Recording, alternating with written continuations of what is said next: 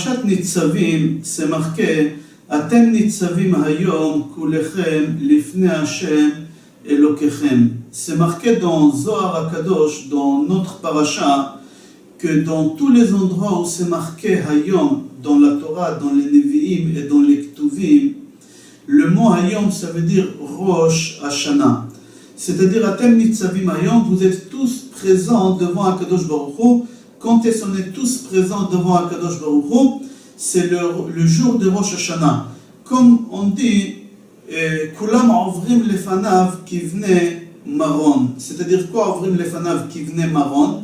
Il y a une ville qui s'appelait Maron, et dans cette ville-là, il y avait un pont, qu'on pouvait passer ce pont-là seulement un par un. On ne pouvait pas deux par deux. Il était tellement étroit qu'on pouvait passer un par un. Alors, c'est marqué comment on passe dans ce pont-là un par un. Comme ça, on passe devant HaKadosh Baruch Hu le jour de Rosh Hashanah un par un. C'est marqué dans la paracha Atem Nitzavim lifnei Hashem Elokechem, lifnei Hashem Elokechem. D'accord? On voit aussi dans plusieurs endroits dans la Torah que c'est marqué Hayom. Par exemple, dans Iyov, c'est marqué Vayi Hayom Vayavo Bene Elokim Lityatzev al Hashem. C'est-à-dire Hayom, c'est le jour de Rosh Hashanah. Jusqu'ici, c'est le Zohar HaKadosh. Rashi, il rapporte un midrash sur le pasuk Atem Nitzavim en posant la question. Le midrash pose une question et il dit pourquoi la parashat des Klalot, la parashat des malédictions, elle est juste à côté des parashat Nitzavim. Dans parashat Kitavo, il y a 100 malédictions moins 2, 98 malédictions. Et tout de suite après les 98 malédictions, c'est marqué là-bas parashat Nitzavim. Il répond, le Midrash, parce que au moment que les bénis Israël, ils ont vu que Moshe Rabbeinu leur a dit qu'il y a 98 malédictions qui va leur arriver, chas v'shalom, oriku penehem. Oriku penehem, c'est-à-dire ils sont devenus blancs, pâles, ils ont eu une peur. Alors Moshe Rabbeinu, il les a calmés, et tout de suite après, il a commencé à leur dire parashat Nitzavim hayom atem Nitzavim lifnei Hashem kulechem. Aujourd'hui, vous êtes tous présents devant Hashem, n'ayez pas peur. Certes, je viens de vous dire les 98 malédictions, mais il ne faut pas avoir peur. Il les tranquillise parce qu'il a vu qu'ils avaient très peur. Là-bas, le Midrash pose une question, il dit, c'est pas compréhensible. D'un côté, mon cher Rabbeinu, il est en train de leur faire peur et leur dire les 98 malédictions. Et mon cher Rabbeinu, il arrive à sa fin. C'était son but, c'est leur faire peur. Et dès qu'il voit qu'ils ont eu peur, il commence à les tranquilliser. Pourquoi tu commences à les tranquilliser? C'est ça qu'est-ce que tu as voulu, qu'ils vont avoir peur d'Akadosh Baruch Hu. Ils ont commencé à avoir peur. Alors laisse comme ça, pourquoi tu es en train de les tranquilliser? Le Maggid Miduvna donne une belle réponse. Et comme toujours, c'est connu que le Maggid Miduvna, à chaque fois ses réponses, c'était avec des paraboles. Et lui, il donne une parabole et il dit qu'un jour, il y a un roi, que son fils était gravement malade. Il a failli mourir. Et tous les médecins, ils ont essayé, personne n'a pu découvrir la maladie qu'il a. Ils ont baissé les bras, jusqu'à qu'il y ait un médecin qui a dit au roi, il y a un grand médecin dans l'autre pays, mais il est très loin, il faut aller le ramener de là-bas, que je suis sûr et certain que lui il saura à découvrir la maladie de votre fils. Le roi tout de suite, il a envoyé des gens là-bas pour ramener ce médecin. Ce médecin, il est arrivé, il a examiné le garçon, le fils du roi. Et il a découvert la maladie. Il a dit au roi, ça y est, j'ai découvert la maladie de ton fils. Ton fils, il a un abcès dans son estomac. Il faut que ton fils vomit jusqu'à qu'il va vomir cet abcès-là. Et comment on va savoir qu'il a vomi l'abcès? Au moment qu'on va voir un peu du sang et des pus qui vomit, c'est-à-dire qu'il a vomi l'abcès. Ou on va opérer, il faudra ouvrir et aspirer cet abcès, c'est tout. Le roi, il lui a dit, je ne veux pas qu'on l'opère, je veux qu'on les guérisse, qu'il vomit. Il a dit, bon, voilà les médicaments qu'il faut qu'il prend pendant 3 jours, et il va vomir pendant 3 jours, jusqu'à ce que vous allez voir qu'il a vomi du sang, et depuis, c'est bon, votre fils, il est guéri.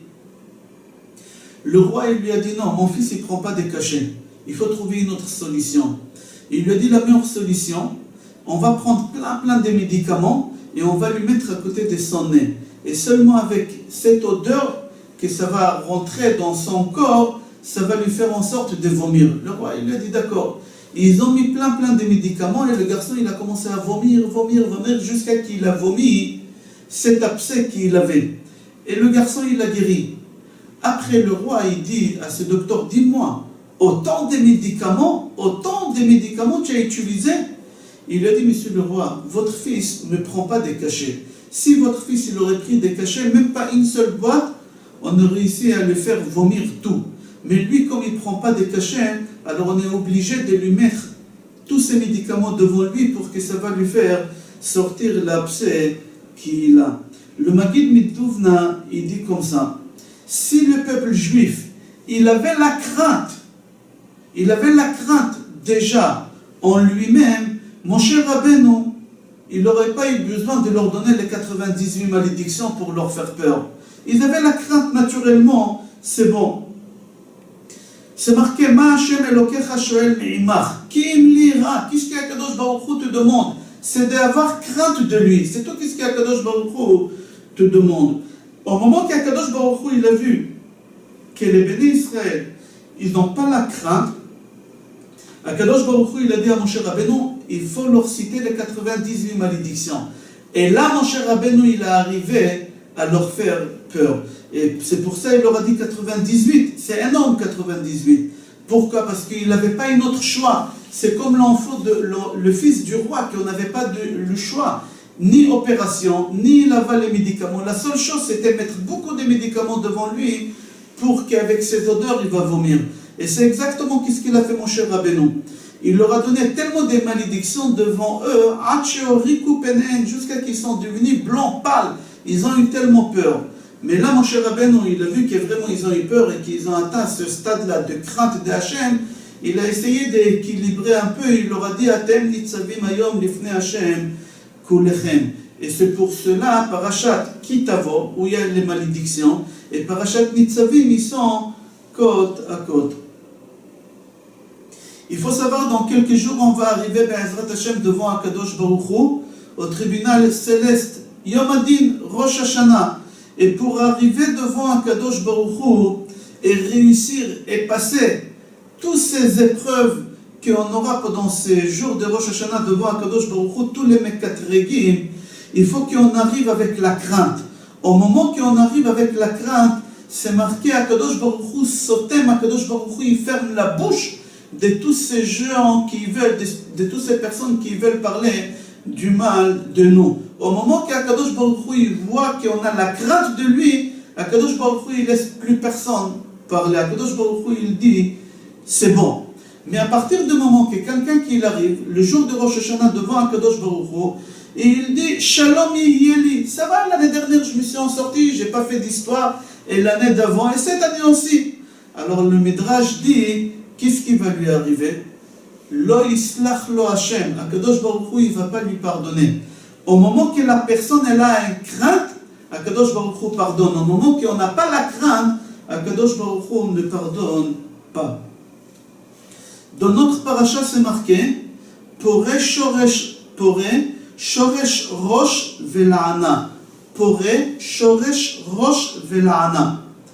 C'est les premières lettres de ces mots-là, ça forme le mot Shofar.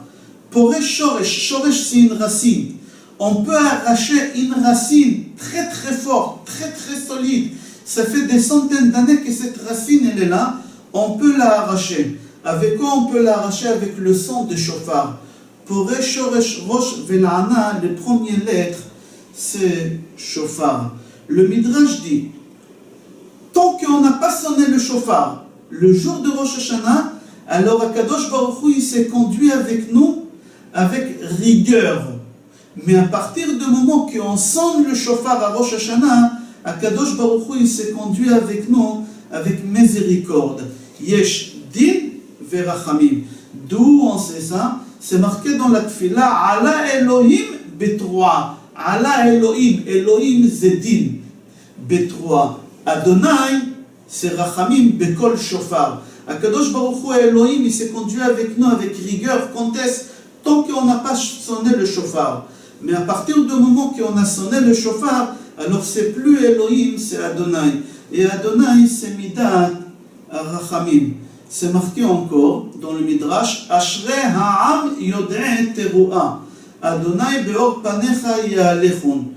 C'est-à-dire quoi? Ashrei ha'am, heureux ce peuple qui sait sonner le shofar. Le Midrash pose une question, pourquoi les non-juifs, les autres peuples, les autres nations ne savent pas sonner le shofar? Bien sûr qu'eux aussi ils savent sonner le shofar. Qu'est-ce que ça veut dire ça? Ashrei ha'am yod'e teruah. Adonai be'or panecha ya'alechon. Heureux ces peuples-là qui sait sonner le shofar et qu'Akadosh Baruch Hu se retourne vers eux. Pourquoi les autres nations ne savent pas sonner le shofar? Même eux ils savent sonner le shofar. Le Midrash répond, il y a une différence entre la sonnerie de shofar des juifs et la sonnerie de shofar des non-juifs. La sonnerie de shofar des juifs, au moment que les juifs sonnent le shofar, ils savent comment demander à Kadosh Baruch Hu en même temps qu'ils sentent le shofar, comment demander à Kadosh Baruch Hu d'avoir la miséricorde avec eux. Mais les goïms ne savent pas comment faire ça en sonnant le shofar. Il n'y a que les juifs qui savent faire ça. C'est pour ça qu'on dit Ashrei ha'am, heureux ces peuples qui sait sonner le shofar. Mais pas n'importe quel shofar, pas n'importe quelle sonnerie. Une sonnerie qu'elle sait comment faire en sorte qu'Akadosh Baruch Hu il va être miséricorde. Et comment? On va expliquer ça Be'ezrat Hashem tout à l'heure. Dans le Sifri, dans Parashat Be'alotra, sur le psukim Uv'yom simchatchem uv'mo'adechem uv'rasheh chodshechem ותקעתם בחצוצרות על עולותיכם ועל זבחי שלמיכם והיו לכם לזיכרון לפני אלוהיכם אני אדוני אלוהיכם. וביום שמחתכם ובמועדיכם, le jour de vos fêtes et les jours des moments qui sont importants, ça s'appelle Moed, uv'rasheh chodshechem, le jour de Rosh Chodesh, on doit sonner le shofar et les trompettes au moment qu'on ramène les sacrifices. Pourquoi on doit sonner le shofar? Ve'ayu lachem les zikaron, c'est pour se venir. Lifnei Hashem Elokechem, pour que ce soit se venir devant Hashem. Se venir de quoi? On va expliquer tout à l'heure, mais d'abord on va expliquer le Sifri sur ce pasouk. Le Sifri dit que de ce pasouk-là, on a basé toute la prière de Rosh Hashanah. Il faut savoir que toute la prière de Rosh Hashanah, elle est divisée en trois parties. Malchuyot, Shofarot, Malchuyot, Zichronot et Shofarot. Malchuyot, d'abord on nomme Akadosh Baruch Hu roi sur le monde. C'est ça Malchuyot. Zichronot, souvenir. On se souvient avec Akadosh Baruch Hu le moment le plus intime qu'on a eu dans l'histoire avec Dieu. Que ce soit le sacrifice d'Yitzhak, etc. On va développer tout ça. Et la troisième chose, c'est shofarot. On sent le shofar. On apprend ça toutes ces choses-là de ce passouk qu'on va expliquer. Utka'atem b'chatzotzrot, c'est le son de shofar. Ve'ayu lachem les zikaron, c'est le souvenir. Ani Hashem Elokechem, c'est qu'on nomme Akadosh Baruch Hu roi sur nous et sur le monde. Rav Shmuel Kotner, il pose la question, mais c'est une question qui elle fait peur. Rav Shmuel Kotner dit comme ça: c'est connu que l'aigle, c'est le roi de tous les oiseaux. Le lion, c'est le roi de tous les animaux. Et le taureau, c'est le roi de tous les bêtes. Pourquoi on ne peut pas prendre le lion, qu'il soit roi sur les oiseaux, pour la simple raison que ce n'est pas de la même espèce. Si c'est de la même espèce, il peut être roi. Si ce n'est pas de la même espèce, il ne peut pas être roi. Alors lui, il pose une question. Quel point commun il y a entre un homme et Dieu? Comment ça se fait que nous, on nomme Dieu sur nos rois, puisqu'on a dit qu'il faut qu'on soit de la même espèce pour qu'il soit roi sur nous? Et là, on est en train de proclamer Akadosh Baruch Hu à Rosh Hashanah et tous les jours. On proclame Akadosh Baruch Hu roi sur nous. Mais quel point commun, quel point de Dieu, nous les êtres humains, on a? Comment c'est possible? C'est une question qui elle fait peur. Alors il faut savoir que la réponse elle est aussi forte. Regardez. Les points communs qu'il y a entre un juif et Akadosh Baruch Hu, il faut savoir que d'abord, Akadosh Baruch Hu, il a créé l'homme vendredi. Il a créé l'homme vendredi et c'était aussi Rosh Hashanah, Hayom Haarat Olam. On a dit, partout où c'est marqué Hayom, le Zohar Akadosh dit, Hayom c'est Rosh Hashanah. Et Akadosh Baruch Hu, il a créé Adam le jour de Rosh Hashanah. Et dans le Midrash là-bas, c'est marqué la première heure, la deuxième heure, la troisième heure, jusqu'à la septième heure. Après la huitième heure, il a mangé, la neuvième heure, il a passé au tribunal, etc. Il faut savoir qu'au moment qu'Akadosh Baruch Hu, il a créé l'homme, à la septième heure, qu'est-ce qu'il a fait Akadosh Baruch Hu? C'est marqué qu'Akadosh Baruch Hu nafach bo neshama. C'est-à-dire quoi Akadosh Baruch Hu nafach bo neshama? Akadosh Baruch Hu, il lui a soufflé une âme. Et c'est quoi cette âme? C'est une partie de Dieu. C'est-à-dire que l'homme, il a une partie de Dieu en lui. Et c'est pour ça qu'on nomme Akadosh Baruch Hu roi sur nous, parce qu'on a plus ou moins la même espèce. Akadosh Baruch Hu, il nous a soufflé de lui un souffle, une partie de lui. Comme c'est marqué qu'Akadosh Baruch Hu, il a créé l'homme à son image. C'est-à-dire quoi à son image?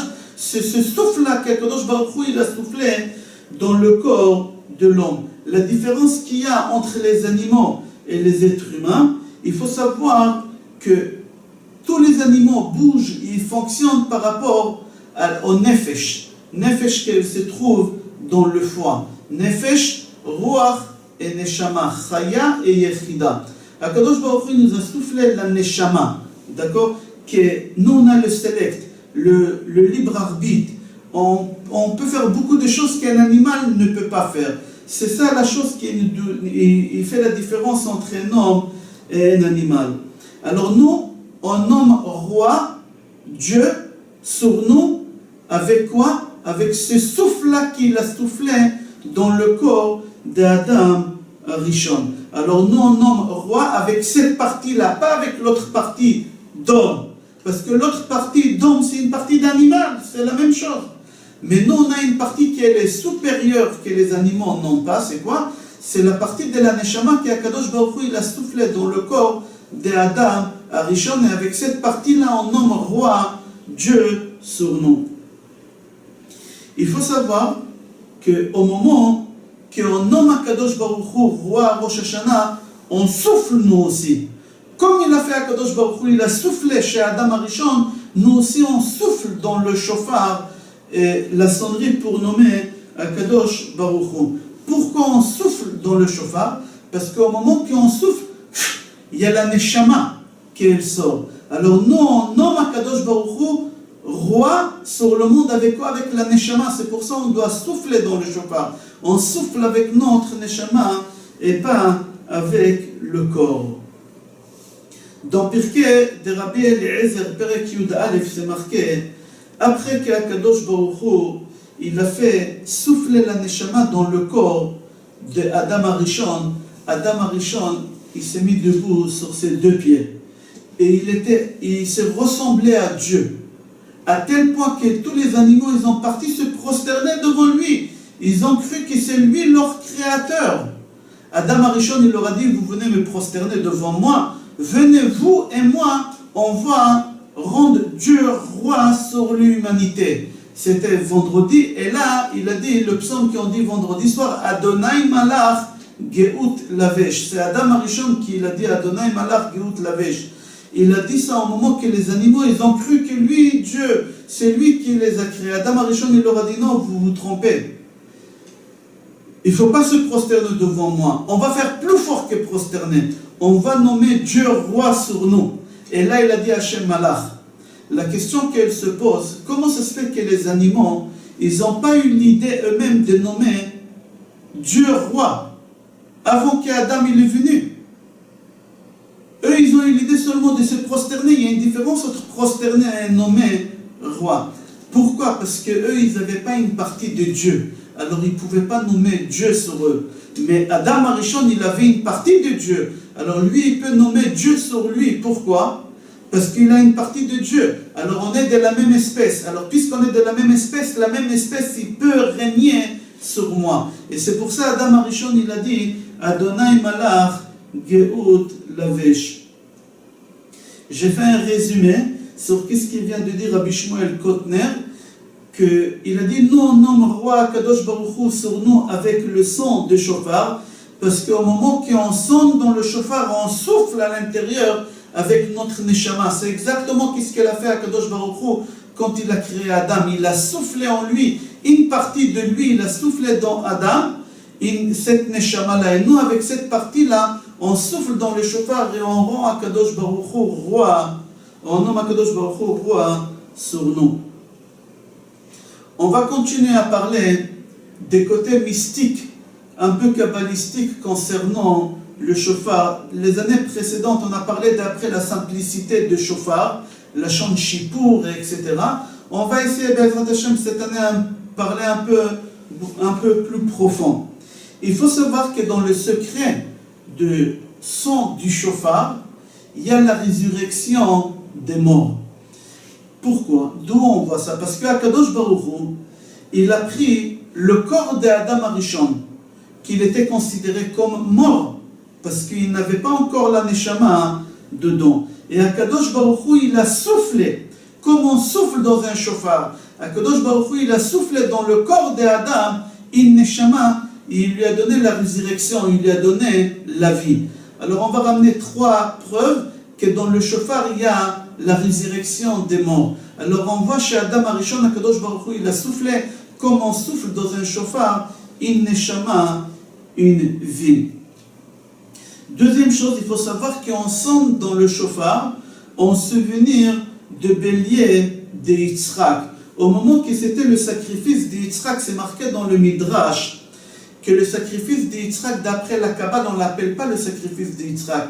On l'appelle la résurrection des morts, Triat Amitim. Comme ça s'est rapporté dans Pirkei de Rabbi Eliezer, Perek Lamed Aleph, qui à Akedat Yitzhak, on l'appelle là-bas Triat Amitim. Yitzhak, il a dit à son père, Yitzhak Avinu, il a dit à Abraham Avinu, à son papa, Papa, attache mes mains, attache mes pieds, pour que je te donne pas un coup au moment que tu me fasses la shrita. Certainement, je vais avoir un réflexe sans faire exprès. Alors tout d'abord, je ne deviendrai pas kasher, parce que tu vas rater. Et deuxième chose, il y a kibud orim, je dois honorer mon père, et je vais te donner un coup de pied. C'est pas un kavod. Alors s'il te plaît, papa, attache-moi bien. Avraham Avinu, il a attaché son fils bien fort, et il s'est mis devant lui comme un Kohen Gadol devant son sacrifice au Beth Amikdash. Et Akadosh Baruch Hu, il voit comment le père il est en train de sacrifier son fils. Et il voit le fils comment il est en train de supplier son père de l'attacher pour ne pas lui faire mal.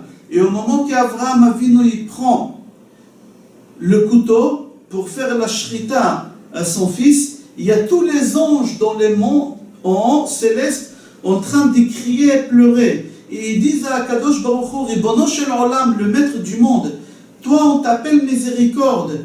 Comment c'est possible que tu n'as pas la miséricorde sur ton fils? Comment tu fais une chose pareille? Aide la pitié sur Yitzhak, que c'est un être humain, et on est en train de l'égorger comme un animal. Là-bas c'est marqué que Rabbi Yehuda dit, au moment que l'épée est arrivée sur la gorge de Yitzhak, sa neshama il a quitté son corps. En 2 mots, Yitzhak il est mort avant d'être sacrifié. Il est mort.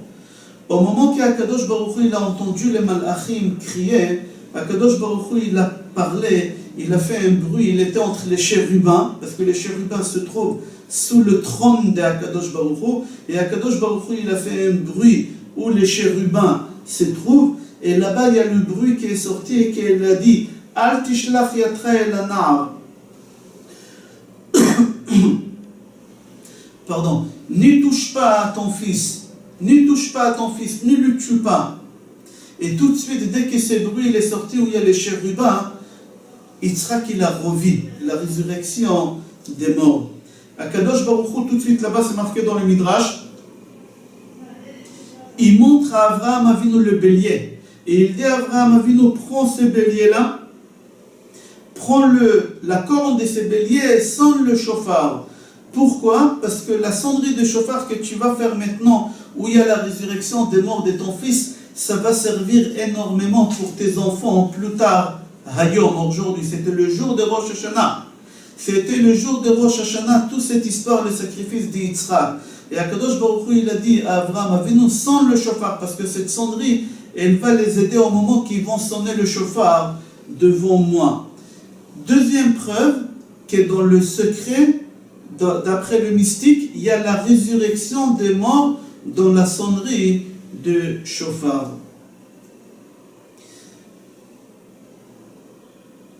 Troisième preuve, c'est marqué au moment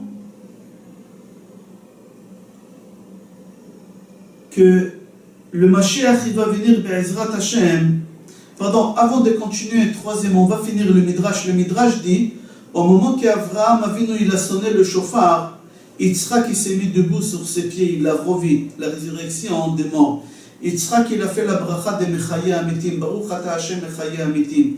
Et les Malachim ils ont répété après lui, Baruch Ata Hashem Mechaye Amitim. Et c'est pour ça on dit Nagdishach Ben Aritzach. C'est la prière des Malachim qui font de louange à Kadosh Baruch Hu tout de suite entre Mechaye Amitim et Ata Kadosh. C'est-à-dire, Yitzhak il a fait Mechaye Amitim parce qu'il a eu la résurrection des morts, et les Malachim ils ont répété après lui Mechaye Amitim.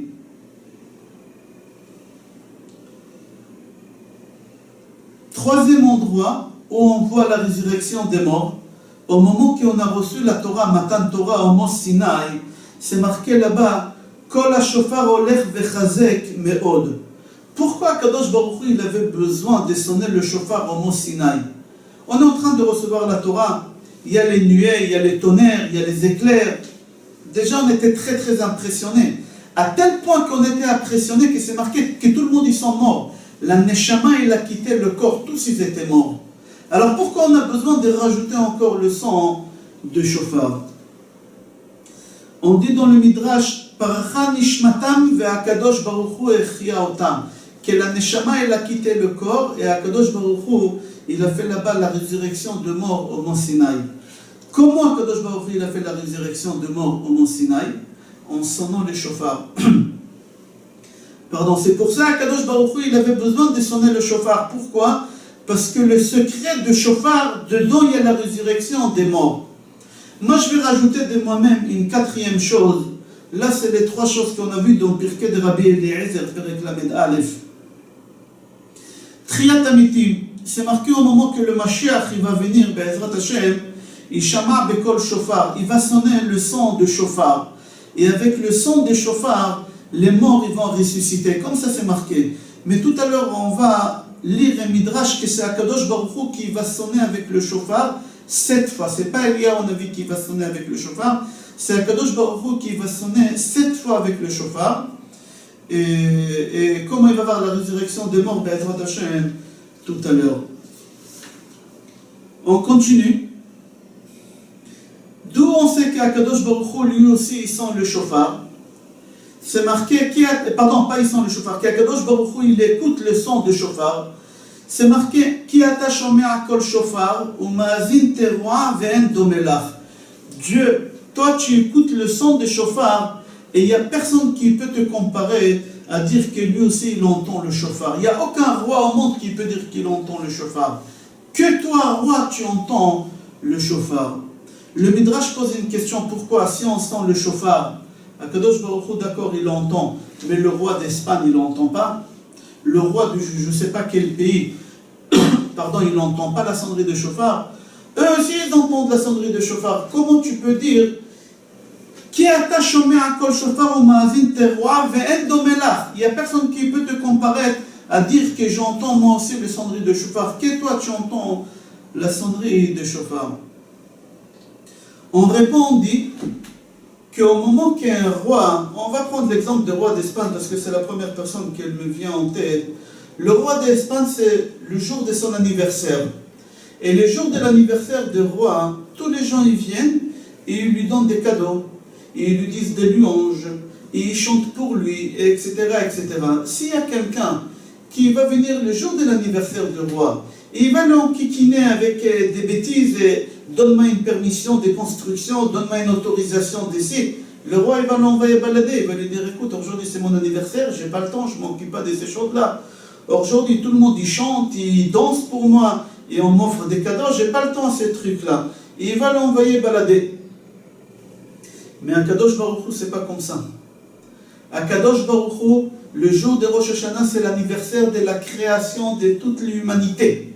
Et le jour de l'anniversaire de la création de toute l'humanité, on y va chez Kadosh Baruch Hu, et on chante, et on danse, et aussi on lui demande des choses. Pas seulement qu'on sonne le shofar pour nommer Akadosh Baruch Hu roi sur nous et sur le monde, pas seulement on lui dit des louanges, on lui demande aussi dans nos prières à Rosh Hashanah la guérison, la parnassa, la santé, le mariage, etc., la réussite de nos enfants, et chacun avec ses prières. Il n'y a qu'Akadosh Baruch Hu, le seul roi au monde, qui est d'accord qu'on lui demande en plein jour des fêtes de l'humanité, on vient, on lui demande à Akadosh Baruch Hu des petites choses comme ça personnelles. Et Akadosh Baruch Hu, il accepte, il écoute, et il exauce. Mais notre roi, Endomelach, notre roi, jamais il aurait accepté une chose pareille. Il y a une deuxième réponse qu'on donne, que Endomelach, qu'il n'y a aucun roi qui peut te comparer, toi, Dieu. On parle de quoi ici? On parle de la résurrection des morts. Tous les rois peuvent tuer. Dieu et n'importe qui peuvent tuer, même un être humain, un roi, tout le monde ils peuvent tuer. Mais personne ne peut faire la résurrection des morts. Personne au monde, il n'y a que Dieu. Endomelach. Au moment qu'on dit Endomelach, personne ne peut te comparer. On parle ici de la résurrection des morts. Comme c'est marqué, Midomelecha, Melech Memit Umchaye Umatzmiach Yeshua. C'est-à-dire quoi? Dans la prière de Triat Amitim, déjà on dit, dans la Hamida, on dit à Kadosh Baruch Hu qu'il n'y a personne qui peut te comparer à faire les choses que toi tu fais dans la résurrection des morts.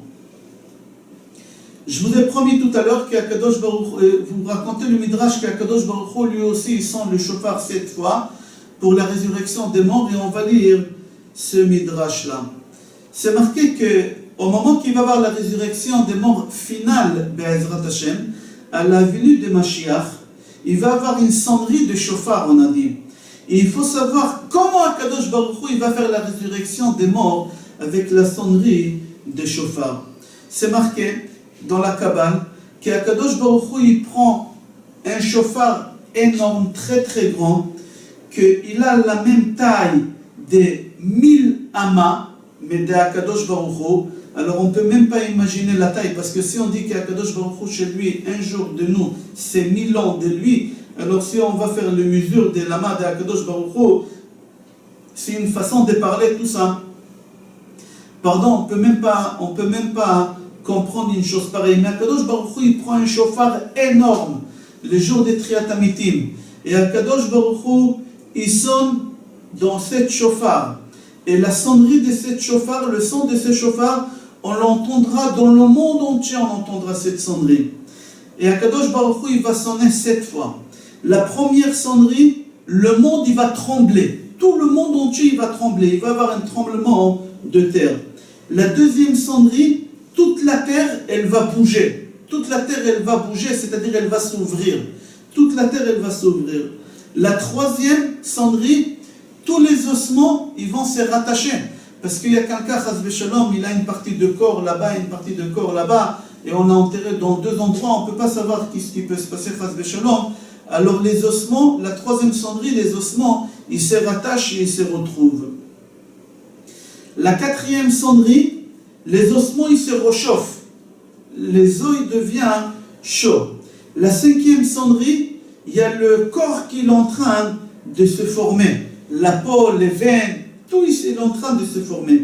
La sixième, Akadosh Baruch Hu, il est en train de réunir tous les neshamot. Et chaque neshama est en train de retrouver son corps. Et la septième sonnerie, Akadosh Baruch Hu, il fait revivre la personne et il les met debout sur ses pieds. Alors on voit qu'Akadosh Baruch Hu, il sonne 7 fois pour avoir la résurrection des morts. La question qu'elle se pose, pourquoi 7 fois?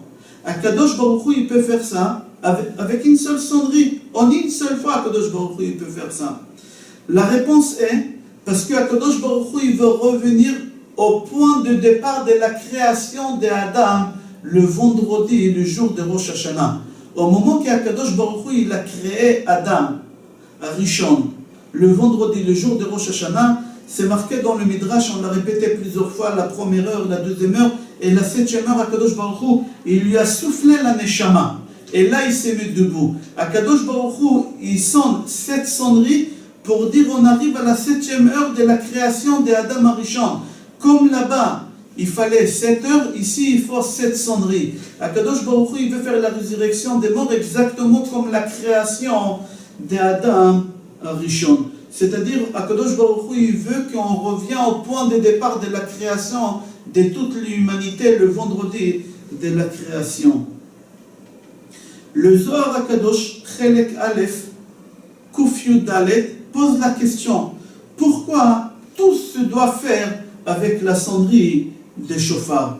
Pourquoi tout se doit faire? Les 7 choses, que la terre elle doit trembler avec la sonnerie de chauffard, que la terre elle doit s'ouvrir avec la sonnerie de chauffard, que tous les ossements ils doivent s'attacher avec les sonneries de chauffard, que le corps, les ossements ils doivent s'échauffer avec les sonneries de chauffard, etc. Pourquoi tout ça il doit se faire qu'avec la sonnerie de chauffard? Le Zohar Akadosh répond, il dit parce que la force de la sonnerie de chauffard, c'est de fermer toutes les mauvaises personnes qui veulent parler de mal de Béné Israël.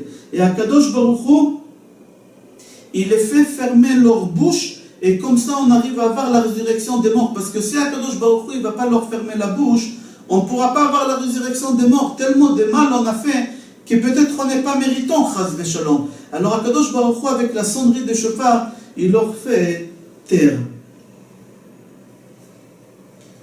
Deuxième réponse que le Zohar Akadosh dit, qu'au moment qu'on sent le chauffard, au moment qu'on souffle dans un chauffard, qu'est-ce qu'il y a dans un souffle? Il y a le feu, faites comme ça, c'est chaud, c'est du feu, c'est chaud. Faites comme ça beaucoup, vous allez voir, il y a une humidité, il y a de l'eau et il y a de l'air. Il y a 3 choses dans un sonnerie de chauffard. Et le chauffard lui-même, il est fait avec la terre. C'est les 4 éléments qu'Akadosh Baruch Hu, il a créé l'homme. Alors nous, on utilise les 4 éléments pour créer l'homme à nouveau. Et avec le feu, et avec l'air, et avec l'eau, et avec la terre. C'est pour ça qu'on sonne dans le chauffard. Parce que dans le chauffard, on peut faire sortir les 4 éléments. La neshama, parce qu'on sonne avec la neshama, et dans la neshama, il y a les 3 éléments, et dans le chauffard, il y a le 4e élément, et là, on se complète pour faire la création à nouveau. Le Maharal dit qu'au moment qu'on a reçu la Torah, il y avait là-bas des tonnerres, des éclairs, des nuées qui ont descendu jusqu'au bas du montagne, etc. Et là-bas, le Maharal dit, si tu fais attention, que le son, le bruit qu'on a entendu là-bas, c'était quoi? C'est le vent. Les tonnerres, c'était le feu. Et les nuées, c'était avec de l'eau. Akadosh Baruch Hu, il a fait descendre de haut, du ciel, encore ces 3 éléments. Et Akadosh Baruch Hu, il a sonné dans le chauffard pour avoir le 4e élément. Et c'est comme ça qu'Akadosh Baruch Hu, il a fait la résurrection des morts là-bas au mont Sinaï. C'est-à-dire qu'au moment qu'on a reçu la Torah, Akadosh Baruch Hu, il nous a ramené à nouveau au point de départ de la création de l'homme à la résurrection des morts. Et à Matan Torah, là-bas on était encore à nouveau, on est né encore à nouveau là-bas. Rabbi Chaim Vital dit, Rabbi Chaim Vital dit, que l'homme il a été créé des 4 Arba Yesodot, des 4 bases. Le vent, c'est-à-dire l'air, l'eau, le feu et la terre. C'est exactement les 4 éléments qu'on le trouve dans les 2 endroits qu'on a parlé tout à l'heure, que ce soit la résurrection des morts, que ce soit au don de la Torah, au Matan Torah. Il faut savoir que chaque Rosh Hashanah, on recommence à revivre à nouveau. Et c'est pour cela on demande à Akadosh Baruch Hu dans la tefila de Rosh Hashanah, Zochrenu lechaim. C'est-à-dire quoi Zochrenu lechaim? C'est la base de la prière de Rosh Hashanah. On va sonner le shofar et on va refaire une nouvelle vie, Be'ezrat Hashem. On va commencer une nouvelle année, une nouvelle vie. La personne de l'année dernière, c'est plus la même personne, c'est une nouvelle personne. Les actions, ils vont être mieux, nos pensées, ils vont être mieux, etc. etc. On continue dans notre paracha, dans Perek Lamed Pasuk Yudbet, c'est marqué Lo b'shamayim hi. La Torah ne se trouve pas dans les cieux. C'est pas la peine de dire qui va me ramener. La Torah, elle se trouve dans les cieux. La Torah, elle est sur la terre. C'est lui qui veut étudier la Torah. C'est facile d'étudier la Torah. Dans Midrash, Bereshit Rabbah, Perek Chet, Pasuk Aleph, c'est rapporté là-bas qu'au moment qu'Akadosh Baruch Hu, il a voulu créer le monde, pardon, pas le monde, il a voulu créer l'homme, Akadosh Baruch Hu, il a parlé avec les anges. Il leur a demandé qu'est-ce que vous pensez. Est-ce que ça vaut le coup de créer l'homme ou ça ne vaut pas le coup de créer l'homme? Et les anges, ils se sont divisés en plusieurs parties. Il y a une partie qui ont dit oui, et il y en a qui ont dit non. La bonté, elle a dit oui. Parce que l'homme, au Gomel Chassadim, parce que l'homme, il fait de bonnes actions. Alors il faut créer l'homme. La vérité, elle a dit non, parce que l'homme, il est rempli de mensonges. La justice, elle a dit oui, parce que l'homme, il fait beaucoup de tzedakot. Et le shalom, la paix, elle a dit non, parce que l'homme, il fait beaucoup de disputes, il est rempli de disputes. Qu'est-ce qu'il a fait à Kadosh Baruch Hu? Akadosh Baruch Hu, il a pris la vérité, il l'a jeté sur la terre, comme c'est marqué, Emet me'eretz tismach. Jusqu'ici, c'est le Midrash. La question qu'on se pose, si Akadosh Baruch Hu, il n'a pas voulu écouter la vérité, pourquoi il a commencé à lui parler? Si Akadosh Baruch Hu, il n'a pas voulu écouter la vérité, il ne fallait pas lui parler à elle, il fallait parler à des autres personnes.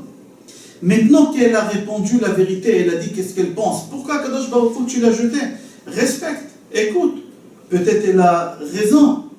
Encore le Midrash pose une question. Comment ça se fait que la vérité dit que l'homme il est rempli de mensonges? Est-ce que tous les hommes disent des mensonges? C'est fort, pas tout le monde dit des mensonges. Ici, la vérité dit que l'homme il est rempli de mensonges. Pour répondre à ces questions-là, on va rapporter d'abord une histoire dans une Gemara Baba Metzia, page Peivav, Amoud Bet. Là-bas, la Gemara, elle raconte qu'il y avait une discussion entre Akadosh Baruch Hu et Chachamim concernant le lépreux, le Negaïm, toutes les maladies qu'il y a sur le corps de l'homme. Et Akadosh Baruch Hu, il a dit son avis, et les malachim, ils ont dit leur avis, ils n'étaient pas d'accord. Akadosh Baruch Hu, il a dit Taor, et les malachim, ils ont dit Tamé. Et qui va avoir raison? La Torah, elle ne se trouve pas dans les cieux. La Torah, elle est en bas. Alors, ils ont décidé d'envoyer l'ange de la mort sur la terre, de ramener un rabbin, un émora, qui était spécialiste dans tous ces Tum'a Vetahara. Il s'appelait Rava Bar Nachmani. Rava avec Hey, Rava Bar Nachmani. Lui, il était spécialiste de le ramener. Et Rava Bar Nachmani, au moment que l'ange de la mort il est parti le chercher, Rava Bar Nachmani, les soldats romains étaient en train de courir derrière lui pour le tuer. Lui, qu'est-ce qu'il a fait?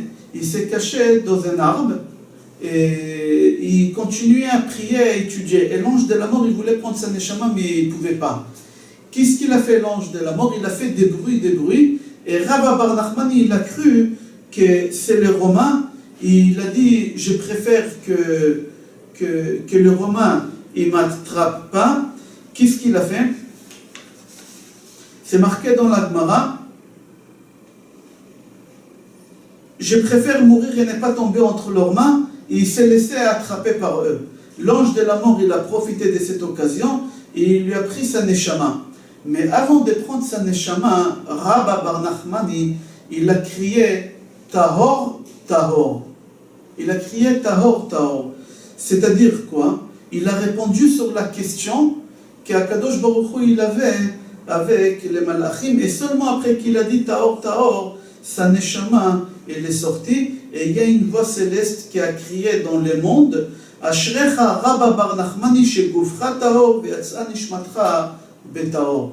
Sois heureux, Rabba Bar Nachmani, que ta neshama, elle a quitté ton corps en étant pur et en disant le mot pur. On va essayer de comprendre les questions de Midrash tout à l'heure et on va répondre par rapport à cette histoire. Au moment que les malachim ils n'ont pas voulu qu'Akadosh Baruch Hu il va créer le monde parce que l'homme il est rempli de mensonges, qu'est-ce qu'il a fait Akadosh Baruch Hu? On a dit, il a pris la vérité et il l'a jeté par terre, ou par terre dans ce monde bas, ici en Lamazé. Et il a dit aux malachim, qu'est-ce que vous avez dit que l'homme il est rempli de mensonges? Vous avez raison. Vous avez raison. Maintenant, j'ai jeté la vérité sur la terre. Maintenant, la vérité, elle se trouve chez les êtres humains. Il n'y a qu'eux qui savent c'est quoi la vérité. Et eux, ils vont nous dire qui a raison. Vous ou moi. Moi, j'ai dit Taor, vous dites Tamé, on va voir. Et c'est pour ça, au moment qu'il y a une contradiction dans le Talmud, dans la Torah, on dit Elou va Elou divrei Elokim Chaim. Au moment qu'il y a une contradiction entre deux rabbanim, on dit Elou va Elou divrei Elokim Chaim. La preuve de notre Gemara que Rabba Bar Nachmani, il a répondu sur la question qu'Akadosh Baruch Hu et les malachim ils avaient dans les ciels, ils n'ont pas pu répondre. Les malachim et les anges, ils sont en train de discuter entre eux. Est-ce que c'est kasher ou est-ce que c'est pas kasher? Mais personne ne peut prendre la décision. Pourquoi? Parce que la vérité, elle ne se trouve pas en haut. La Torah, elle ne se trouve pas en haut. Il y a une seule personne qui peut dire la vérité. C'est Rabba Bar Nachmani. Pourquoi? Parce que Rabba Bar Nachmani, il est sur la terre. Et sur la terre, elle se trouve la vérité. C'est pour cela, juste avant de mourir, lui, il donne la réponse. Parce que s'il aurait été mort et après, il aurait dit la réponse en haut, ça aurait été trop tard. La Torah, elle ne se trouve pas dans les cieux. Il fallait qu'il dise la réponse tant qu'il était en bas. Et tant qu'il était en bas, il a crié Taor, Taor, et seulement après, il est mort. Il y a une autre Gemara, on voit encore que la Torah, elle ne se trouve pas dans les ciels. Il y a une Gemara, Baba Metzia, page Nuntet, Amoud Bet. Il y a là-bas une discussion concernant Tanuro Shel Achnai. Tanuro Shel Achnai, est-ce que le four, il est kasher ou il n'est pas kasher? Il y avait une contradiction entre Rabbi Eliezer et Chachamim. Est-ce que ce four, on peut le réparer s'il s'est cassé, il devient kasher, ou on ne peut pas le réparer, ça ne sert à rien, de toutes les façons, il ne deviendra pas kasher. Rabbi Eliezer, il aura dit oui, vous pouvez le réparer, et il deviendra kasher. Et Chachamim, ils ont dit ça ne sert à rien de le réparer, il ne deviendra pas kasher. Alors il y avait une contradiction entre Rabbi Eliezer qui était seul contre Chachamim qui étaient plusieurs. Là-bas la Gemara, elle raconte que Rabbi Eliezer, il leur a dit au Chachamim, j'ai raison, qu'est-ce que je vous dis? Posez-moi n'importe... Pardon, Rabbi Eliezer, il a dit au Chachamim, moi j'ai raison, qu'est-ce que je dis? C'est kasher. La preuve, posez-moi n'importe quelle question que vous avez dans toute la Bible, je vais vous répondre. J'ai des connaissances dans tous les domaines. Je ne peux pas vous prouver, mais posez-moi des questions, vous allez voir que j'ai raison. Là-bas, la Gemara dit qu'ils lui ont posé toutes les questions et sur toutes les questions, il leur a répondu. Ils lui ont dit quand même, on n'accepte pas. D'après nous, on est pluriel, toi tu es seul, alors, nous on est plusieurs, toi tu es seul, on peut pas t'écouter. Et il y a une halakha dans la Torah, c'est marqué, Rabim leatot. D'après la majorité, il faut suivre, il ne faut pas suivre la minorité. Tu es seul, alors on ne t'écoute pas. Qu'est-ce qu'il a fait tout de suite Rabbi Eliezer pour leur montrer qu'il a raison? Il avait un caroubier. Il leur a dit, vous voyez ces caroubiers, je demande que ces caroubiers-là, il va bouger de sa place. Là-bas, la Gemara dit que le caroubier, il a bougé Arba Meot Ama. À peu près 200 mètres, il a bougé. Mais Chachamim, ils ne l'ont pas écouté. Ils lui ont dit non, ça ne sert à rien. Là-bas, il y avait de l'eau qui coulait, une cascade d'eau. Il y avait une pierre qui de l'eau, il sortait de là-bas, une cascade d'eau. Il leur a dit, depuis la création du monde, l'eau, elle tombe d'en haut vers le bas. moi je vais demander maintenant pour montrer que j'ai raison, je ordonne à cette fleuve d'eau de remonter vers en haut. Et l'eau elle est remontée vers en haut et Chachamim ils n'ont pas accepté. Il leur a dit Kotle Bet Midrash Yochichu. Le mur de Bet Midrash de la maison d'études, ils vont prouver. Et les murs ils ont voulu tomber sur eux. Mais tout de suite il s'est passé là-bas quelque chose. Rabbi Yoshua il s'est levé, il a parlé au mur, il leur a dit Im talmidei chachamim mitvakrim ba'alacha, lama atem mit'arvim. De quoi vous vous mêlez? Il a dit au mur.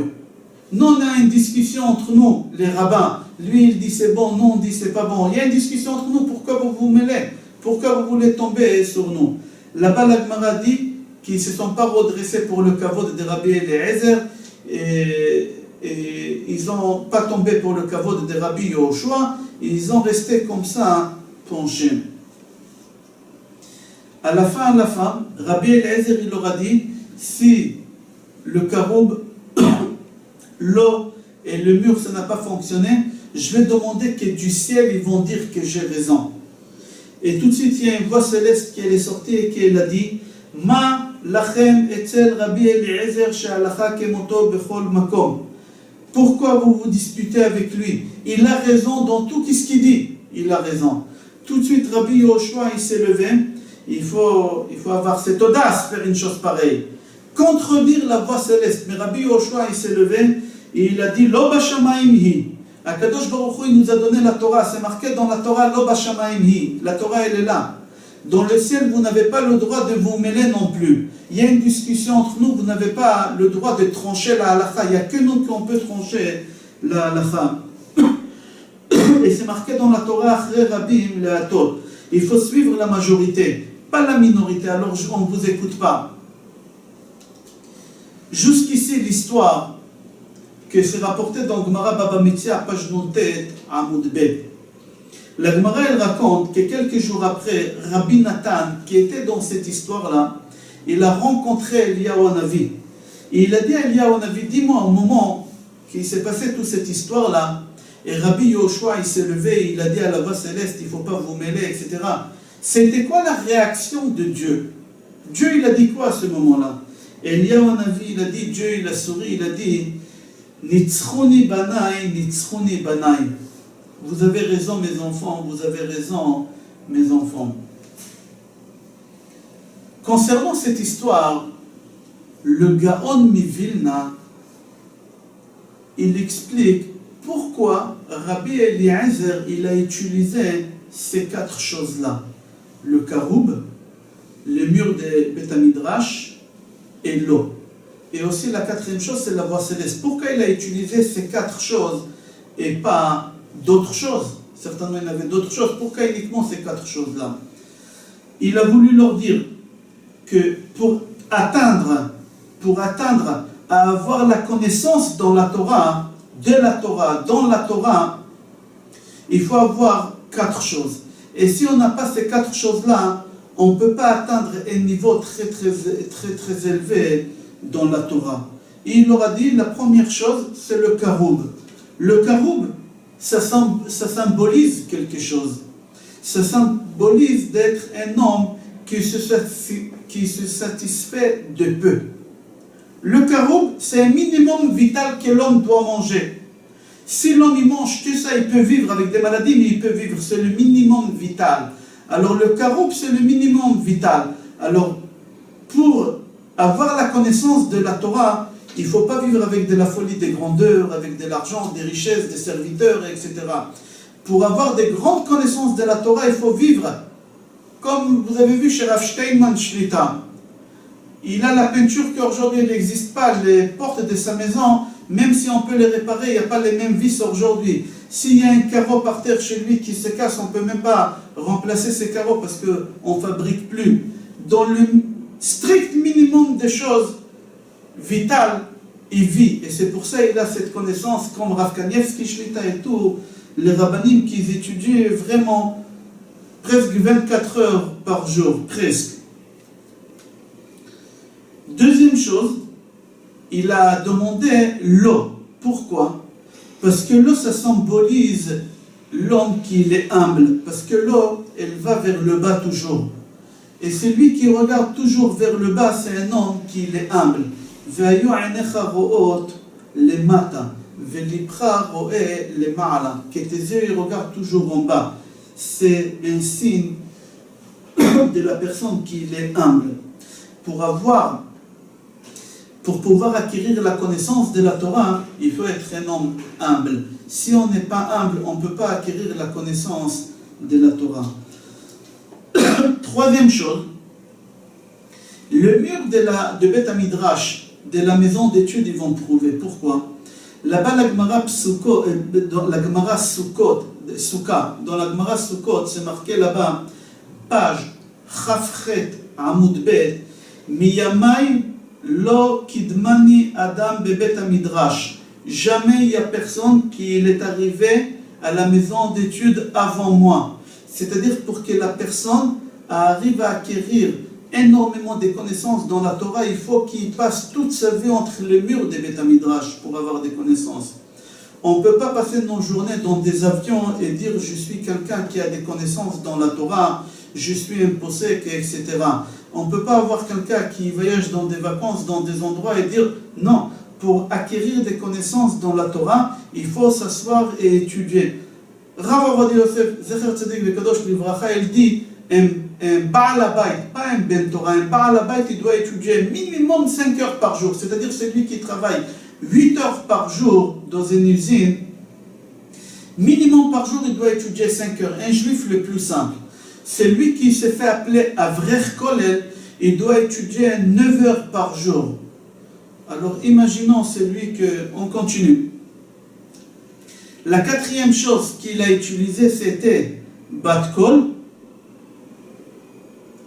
C'est-à-dire au moment qu'on utilise ces trois choses-là, d'accord, qu'on vit dans le strict minimum et qu'on vit en étant humble et on passe nos journées dans la maison d'études, on va atteindre le niveau des Malachim. On va atteindre ce niveau qu'un ange il nous parle, la voix céleste elle va nous parler. Comme ça il explique le Gaon Mivilna. Le Gaon Mivilna il continue, il dit qu'au moment qu'Akadosh Baruch Hu il a dit mes enfants, vous avez raison, mes enfants, vous avez raison.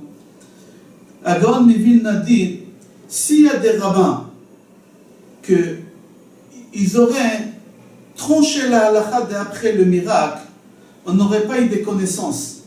Parce que ça aurait été trop simple, trancher la halakha d'après le miracle. On n'aurait pas eu de connaissances. En allant étudier la halakha et chercher comment on doit trancher la halakha, alors là on acquis des connaissances. Il dit, on ne peut pas trancher la halakha d'après le miracle. On ne peut pas trancher la halakha d'après le miracle. Même qu'il y a la voix céleste qu'elle sort et qu'Akadosh Baruch Hu il a dit, Nitzruni banai, on ne tranche pas la halakha. Plus fort que ça, Gaon Mivilna il dit oui. Plus fort que ça, on doit étudier. On doit s'investir dans la Torah pour trancher la halakha.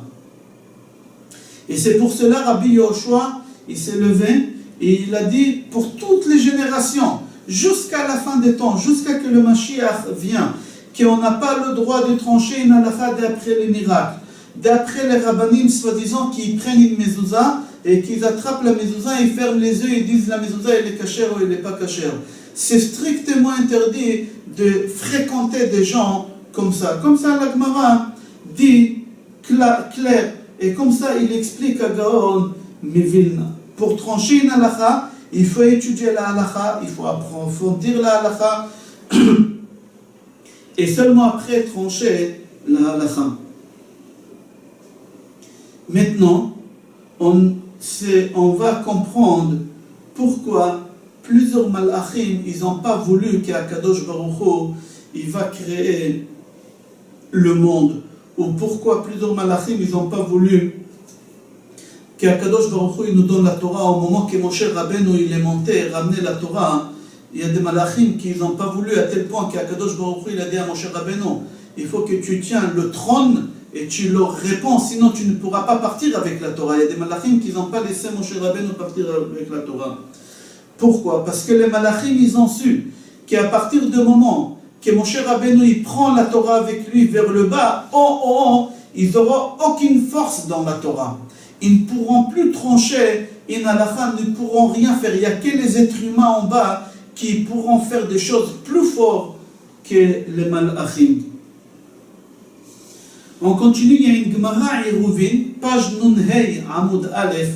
Là-bas, la Gemara dit, Rabbi Yochanan dit concernant le pasuk dans notre paracha, Lo bashamayim hi, que la Torah, elle ne peut pas se trouver begassé haruach. On va expliquer ça, je l'ai à l'intérieur. Lo bashamayim hi, que la Torah lo timatse begassé haruach. La Torah ne se trouve pas dans des gens qui sont vulgaires. Velo me'ever layami, que la Torah ne se trouve pas dans des gens qui se trouvent dans les affaires. Lui, il utilise le mot tagarim, sacharim. On va expliquer tout à l'heure pourquoi j'utilise les termes de la Gemara. Cette Gemara, elle est un peu étonnante. Comment c'est possible que Rabbi Yochanan dit que ça ne peut pas exister un homme qui est vulgaire et qui a des connaissances dans la Torah, et que ça ne peut pas exister un homme qui est dans le monde des affaires et qui a des connaissances énormes dans la Torah. Puisque nous on connaît des gens qui ont eu le mérite d'avoir les shulchanot, les deux tables, et shulchan Torah, et la table de la Torah, et la table de la richesse. Et comment Rabbi Yochanan il dit que c'est pas possible? On répond qu'il faut jouer sur les mots. C'est pour ça que j'ai dit sacharim, tagarim. Il y a une différence entre un homme d'affaires et un homme d'affaires. Il y a un homme d'affaires qui travaille 15 heures par jour dans son bureau, dans les affaires, et il étudie 1 heure par jour. Et il y a quelqu'un d'autre qui il étudie 15 heures, mais il travaille 1 heure. Lui aussi, c'est un homme d'affaires. Il fait des affaires en 1 heure. Il y a deux sortes d'hommes d'affaires. Ici, la Gemara, elle parle sacharim. Sacharim, c'est quelqu'un qui a 15 heures minimum par jour qu'il est dans le monde des affaires. Et 1 heure dans la Torah. C'est pour ça que c'est marqué sacharim, tagarim. C'est-à-dire, c'est ça l'or essentiel de la journée, c'est les affaires. Alors, Rabbi Yochanan, il a dit, ces gens-là, qui 15 heures par jour, ils font des affaires, c'est impossible que la Torah, elle va être en eux. Mais, c'est lui qui est dans les affaires. Mais c'est un bel Torah, c'est-à-dire qu'il étudie la Torah 15 heures par jour. Et il fait des affaires 1 heure. Et il a réussi, il est très très riche. Lui, la Torah, elle peut être en lui. Bon, la preuve, il y a une histoire dans Gemara Nida, page Chaf Amoud Bet. Une belle histoire. Il y a une reine non juive, qui s'appelait Hypera Oremiz. Là-bas, la Gemara, elle raconte sur cette femme-là, sur cette reine-là, qu'elle a voulu vérifier si les Juifs ils sont aussi intelligents qu'on dit.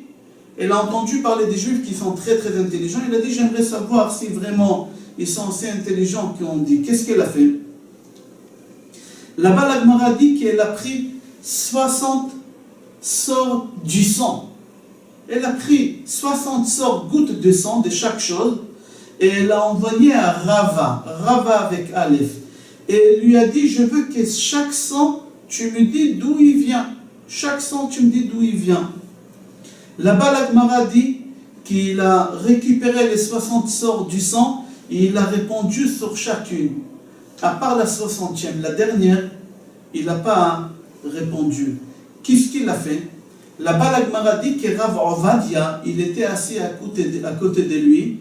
Et il a pris un cadeau et il l'a envoyé à la reine. Quoi comme cadeau il a envoyé à la reine? Une brosse pour l'époux. Il y a une brosse pour se brosser tous les jours et il y a une peine pour l'époux. Il a envoyé une peine pour l'époux. Il voulait faire comprendre à la reine que le dernier sang qu'elle a envoyé, c'était du sang du pou. Mais c'était pas joli pour une reine de dire une chose pareille. Il a envoyé un cadeau.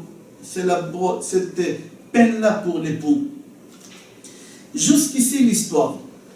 La question qu'on se pose sur cette Gemara, pourquoi la Gemara nous raconte toute cette histoire et au milieu nous dit que Rav Ovadia il était assis à côté de Rava? Qu'est-ce que ça nous rapporte? C'est pour nous faire comprendre que tous ils étaient dans le monde des affaires. les rabbanim. Tous ils étaient dans le monde des affaires. Mais ils étudiaient 20 heures par jour et 1 heure ils faisaient des affaires. La preuve, là Rava, il est en train de répondre sur tous les 100 et soudain la 60e c'est le pot, il ne veut pas donner. Il veut pas donner la réponse, il veut lui envoyer un cadeau des peines. Et Rav Ovadia, lui, il fabriquait les peines d'époux.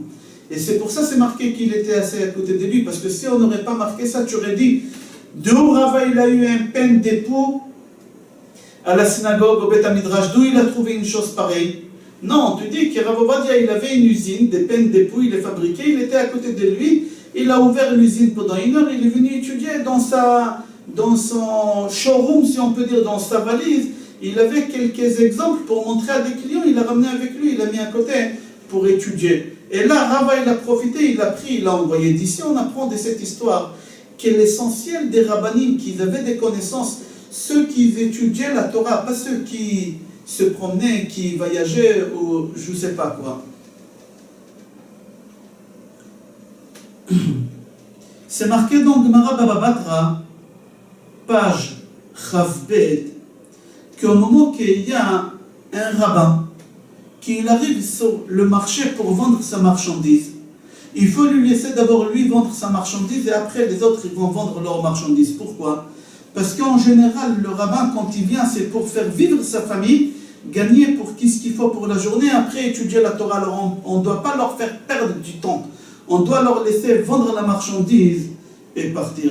Ça, c'est des rabbins qui consacrent leur journée à étudier la Torah et pas dans le monde des affaires.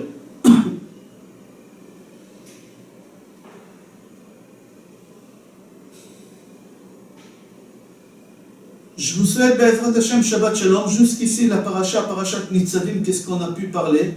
Un peu on a parlé de Shofar, un peu on a parlé de l'importance d'étudier la Torah. Dans quelques jours, Be'ezrat Hashem Yom Adin, Rosh Hashanah, on se souhaite Be'ezrat Hashem Khatima Tova, Ktiva Tova, Besorot Tovot, Eshorat Venechamot, Shabbat Shalom et Kol Tov.